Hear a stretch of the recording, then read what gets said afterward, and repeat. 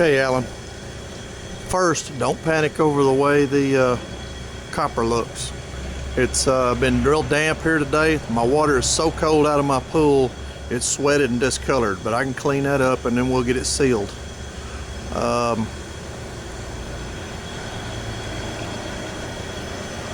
Just want you to see how this thing drives a lot different than mine. So I'm gonna have to play with it a little bit, and you're probably gonna have to play with it when you get it a little bit to figure it out. It's making a really good product, but I'm really having to throw the heat to it. Now this thermometer about every 30 minutes will shut off, and it's aggravating the hell out of me. But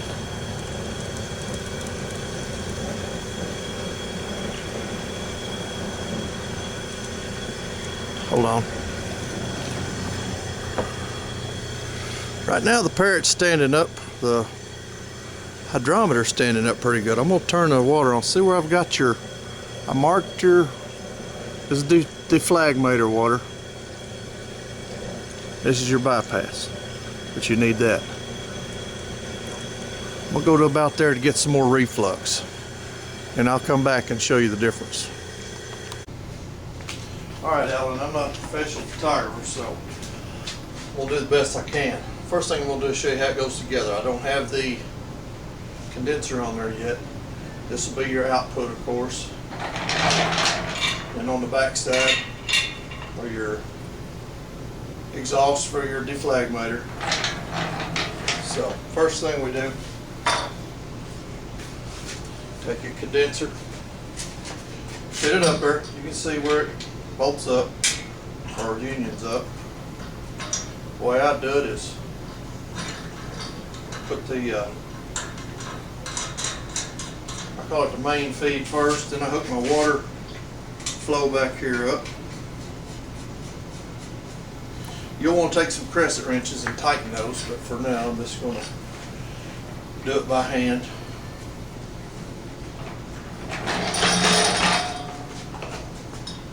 Of course, your garden hose will attach right here on this female fitting. Fasten your hose here for your feed. This is an exhaust. This will be a drain, and this is another drain. This is another drain right here. Going back, so you can see this comes out of your deflagmator. Okay. Now when you start this baby up, put some heat to it. You want to keep your drain open, your pressure relief open all the time. Really, there's no need to ever mess with it. I put that on there so if somebody has a real slow pump that doesn't pump a lot of water, they can shut this off to get their flow, but it takes very little water to make this thing work. So always leave that open. I put you two marks on here. A little closer, maybe you can see this. There's a mark on the bottom, one on the top. Okay, show you what that's for.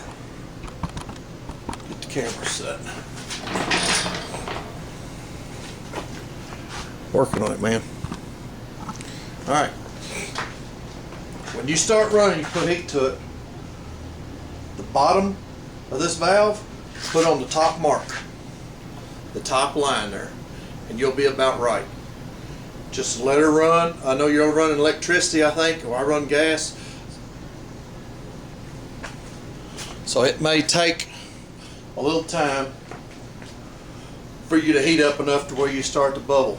Okay, you'll probably see the bottom plate start to bubble first, then it'll go to this one, and this one, and this one. Your temperature port is right there. As they all start to bubble, I would let it go ahead and reflux for probably 30 minutes. After you get through refluxing for say 30 minutes, there's a mark on top of this valve right here. There's a line. Make it even with this line.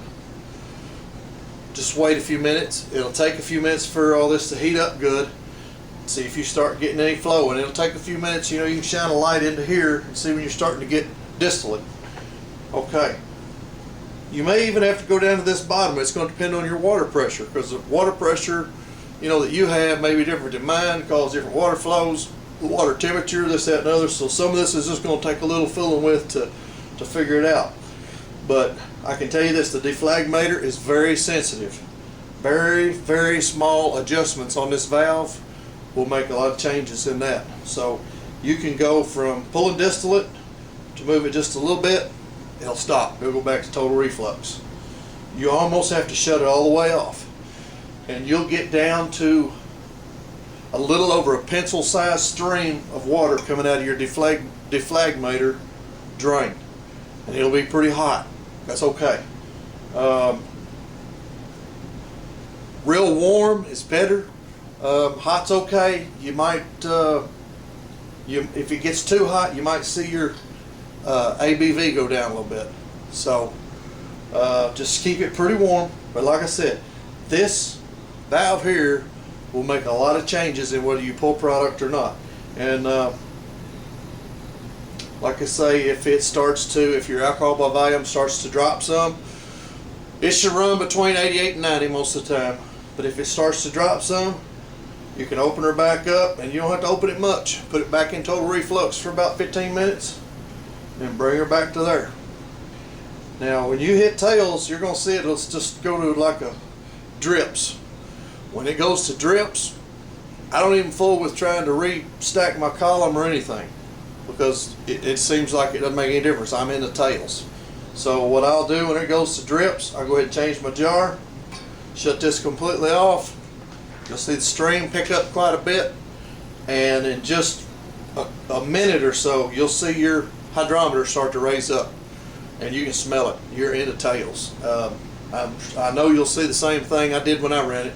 So like I said, your water pressure and your water temperature is going to make a lot of difference. This thing here, you won't have any trouble knocking down what you can put to it. It's very, very efficient. It'll knock all the vapor down. This is a vent. You may wonder what this tube here is. That's just a vent for your parrot, so that if you don't have that, sometimes it'll want to surge and want to pump your hydrometer up and down. This will stop that. It should set pretty solid. When I ran it, your temperature for me set at about 80 or 81 degrees. You may see it's a little different. I didn't reflux it long because I was just basically doing a good cleaning run on it. So once it started running, I just kind of ran it. So that's where you're at, man. Like I said, take you some crescent wrench and tighten all these things up real good before you ever start, so you don't have any leaks. And man, you should be good to go. I've included you some extra glass in here. I'm gonna put you 4 extra lenses in there. I'd advise you get one of these hole cutters. You can go down to your hardware store, just get a little sheet of plate glass, use WD-40, keep it lubricated good when you're sawing it with your drill press, and don't push it. Go kind of slow, and I don't think you'll have a bit of trouble. Other than that, man, should be good to go. We got the coating on it. It's sealed up. Man, it should last you years and years, and I think you're really going to like it. I know I absolutely love mine, and everybody else that has them likes them. So that's where you're at, man. Water goes in here, goes through your manifold. This is your pressure relief. This is your supply to the deflagmator. Goes in the bottom of the deflagmator. Drain comes out the top. That's about all there is to it, man. Wish you all luck in the world. I hope you're as happy with yours as I am, and I really, really appreciate your business. Y'all have some good Christmas holidays. I know we're close, so thank you, man.